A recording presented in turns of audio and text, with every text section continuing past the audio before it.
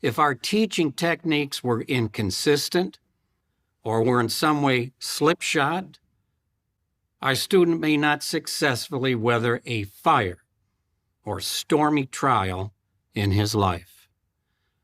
We personally may survive, but we might suffer the loss of the one we studied with, whether a Bible student or our own child. That's why Paul is highlighting the need to be the best Bible teacher we personally can be. However, we should mention that if a person who progresses to dedication and baptism later leaves the truth, it's not necessarily the responsibility of the Bible teacher. The teacher may have been very diligent and used the best of spiritual building materials, but the student or child may not have responded from his heart, or possibly he allowed human imperfection or temptation to cause him to deviate from the way. But the takeaway point from 1 Corinthians chapter 3 is to do our best to build in our students or children fire-resistant materials. We want them to remain, to endure the tests that are sure to come their way. What might be likened to building with inferior materials when studying the Bible with someone? Possibly, we initially arouse a person's interest by telling him about the hope of everlasting life in paradise. That's indeed scriptural. But is that in itself building in such a way that the person will survive a fiery trial of faith in the future? What if our teaching consisted solely of saying, if you want to live forever in paradise, you must study, go to the meetings, and share in the preaching work? If so, we are not building in a way to ensure that the student or child will resist the fire of trials or stand the test of time.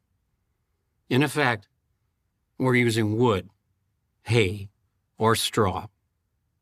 How can we help our child or Bible student become strong or mighty spiritually? Interestingly, verse 17 said that it's by having the Christ dwell in your hearts. Not just knowing Jesus in the head, but sounding his teachings and personality down into our student's heart. It means to know Jesus so well that it's as if he lives or dwells inside of us and motivates us as Christians. The result, verse 17 concluded by saying that the student would become rooted and established on the foundation. Yes, solidly grounded on Jesus Christ. Tony is again clearly very preoccupied with how competent people are when it comes to indoctrinating others into following him and his colleagues. Not just others, but specifically children. You'll notice children get mentioned quite a lot in this talk. And again, the issue of child indoctrination or raising children to be Jehovah's Witnesses will be dealt with more fully as the episode progresses. But this is all about perfecting the art of indoctrination. Tony's been referring to a verse in 1 Corinthians 3, verses 13 to 15, which say, well, let me read those verses for you. It would be easier. If anyone's work that he has built on it remains, he will receive a reward. So if you've managed to save someone, you'll be rewarded. If anyone's work is burned up, he will suffer loss, but he himself will be saved. Yet if so, it will be as through fire. So what Tony's saying here is, if your Bible student or child doesn't make it, That doesn't mean you'll lose your life, but it does mean that you will basically have to carry the burden of being responsible for your Bible student or child losing their lives because they've not been properly indoctrinated. That's effectively what he's saying here.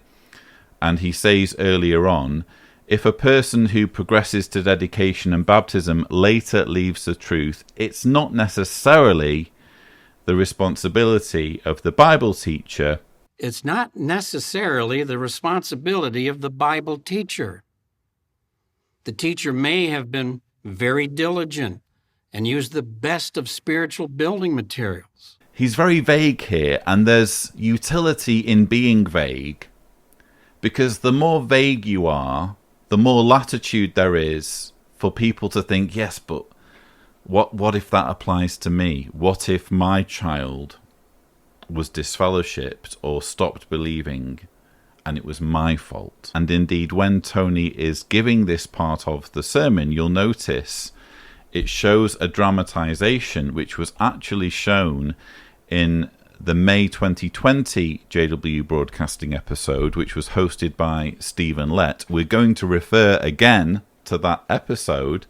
I wonder whether Tony wishes he'd presented that episode, because he seems to refer to it repeatedly. Anyway, they show this dramatization where an elder son ends up getting disfellowshipped because of something that gets found on his phone by his younger brother. His younger brother turns his older brother in, and I guess the fate is a little bit unclear as to exactly what happens, but it certainly seems as though the older brother is disciplined by being disfellowshipped, and the moral of the story is that the family are complicit in this. They make it so that this individual, this lad, receives punishment for, well, it could be anything. It could be smoking, it could be having a relationship with a consenting adult. Their loyalty to the organization needs to come first. Did you see the loyalty the younger son showed by his bringing the matter to the attention of his parents? Did you also notice the loyalty the parents showed by going to the elders for assistance? It's this sort of culture of uber judgmentalism that Tony Morris is referring to here. I also find it fascinating how Tony Morris struggles to give clear examples of what would or wouldn't constitute building with the proper materials. So when it comes to building with poor materials, he says possibly we initially aroused a person's interest by telling him about the hope of everlasting life in paradise. Possibly, we initially aroused a person's interest by telling him about the hope of everlasting life in paradise. That's indeed scriptural. But is that in itself building in such a way that the person will survive a fiery trial of faith in the future? Every Jehovah's Witness preaches that way. They all do. They all show people the nice stuff, the fields with pandas, the tables with watermelons.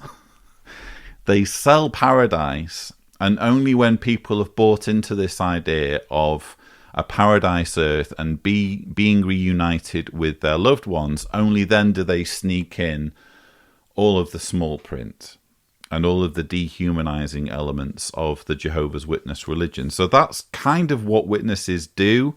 I suppose Tony's point is that you wouldn't teach someone, you wouldn't indoctrinate them by making it purely about paradise and saying things like, if you want to live forever in paradise, you must study, go to the meetings, and share in the preaching work. Well, that's honestly what Jehovah's Witnesses believe. I guess Tony wants witnesses to be a bit more devious and not be so straightforward about what the requirements for survival are. Anyway, he gives this example of building with poor materials, which I suppose could be explained as giving a very oversimplified version of what the religion represents and what's required of believers. But then when it comes to doing it properly, he goes to Ephesians 3 verses 16 and 17 and just gives this vague admonishment about making sure the Christ dwells in your hearts, not just knowing Jesus in the head. Not just knowing Jesus in the head, but sounding his teachings and personality down into our students' heart.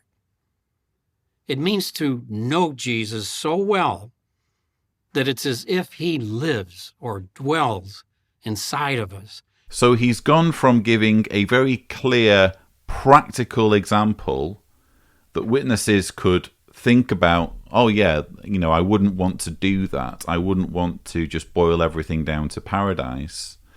That's advice that witnesses can act upon.